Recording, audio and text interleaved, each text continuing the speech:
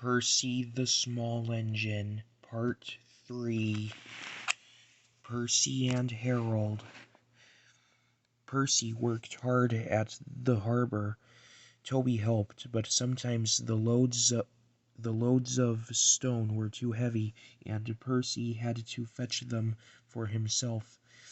Then he would push the trucks along the quay to where the workmen needed the stone for their building. An airfield was close by, and Percy heard the aeroplanes zooming overhead all day. The noisiest of all was a helicopter, which hovered, buzzing like an angry bee. "Stupid thing," said Percy. "Why can't it go and buzz somewhere else?" One day Percy stopped near the airfield. The helicopter was standing close by. "Hello," said Percy. "Who are you?" "I'm Harold. Who are you?" "I'm Percy. What whirly great arms you've got." "They're nice arms," said Harold, offended. "I can hover like a bird." "Don't you wish you could hover?" "Certainly not. I like my rails, thank you." "I think railways are slow," said Harold, in a bored voice. "They're not much use and quite out of date." He whirled his arms and buzzed away. Percy found Toby at the top station arranging trucks. "I say, Toby," he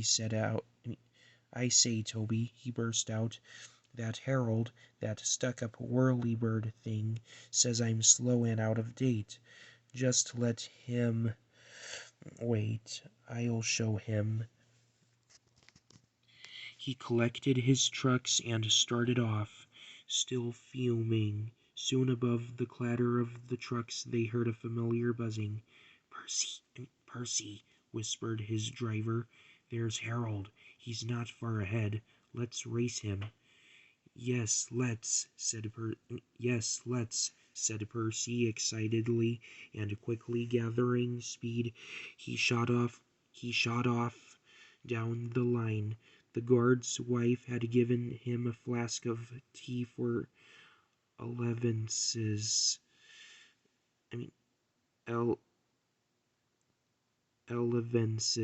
He had just poured out a cup when the van lurched, and he spilt it down his uniform. He wiped up the mess with his handkerchief and staggered to the front platform. Percy was pounding along. The trucks screamed and swayed, while the van rolled and pitched like a ship at sea. "Well, I'll be ding-dong-danged," said the guard. Then he saw Harold buzzing alongside and understood. "Go it, Percy," he yelled. "You're gaining." Percy had never been allowed to run fast before. He was having the time of his life. "Hurry, hurry, hurry," he panted to the trucks.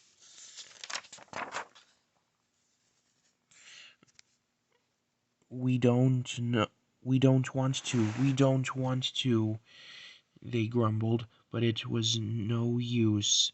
Percy was bucketing along with flying wheels, and Harold was high and alongside. The fireman shoveled for dear life, while the driver was so excited he could hardly keep still. "Well done, Percy," he shouted. We're gaining. We're getting ahead. Oh, good boy, good boy." Far ahead, a distant signal warned them that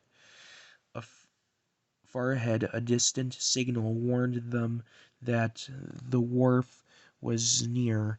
Shut off steam, whistle, peep, peep, peep, brakes, guard, please." Using Percy's brakes too, the driver carefully checked the train's headlong speed. They rolled under the main line and halted smoothly on the wharf.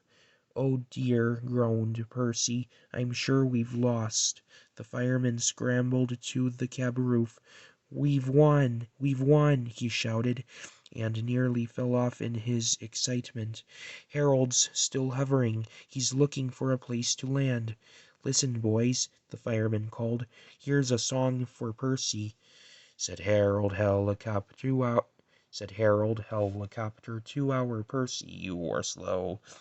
Your railway is out of date, and not much use, you know. But Percy, with his stone trucks, did the trip in record time, and we beat that helicopter on our old branch line. The driver and guard soon caught the tune, and so did the workmen on the quay. Percy loved it. "Oh, thank you," he said. He liked the last line best of all.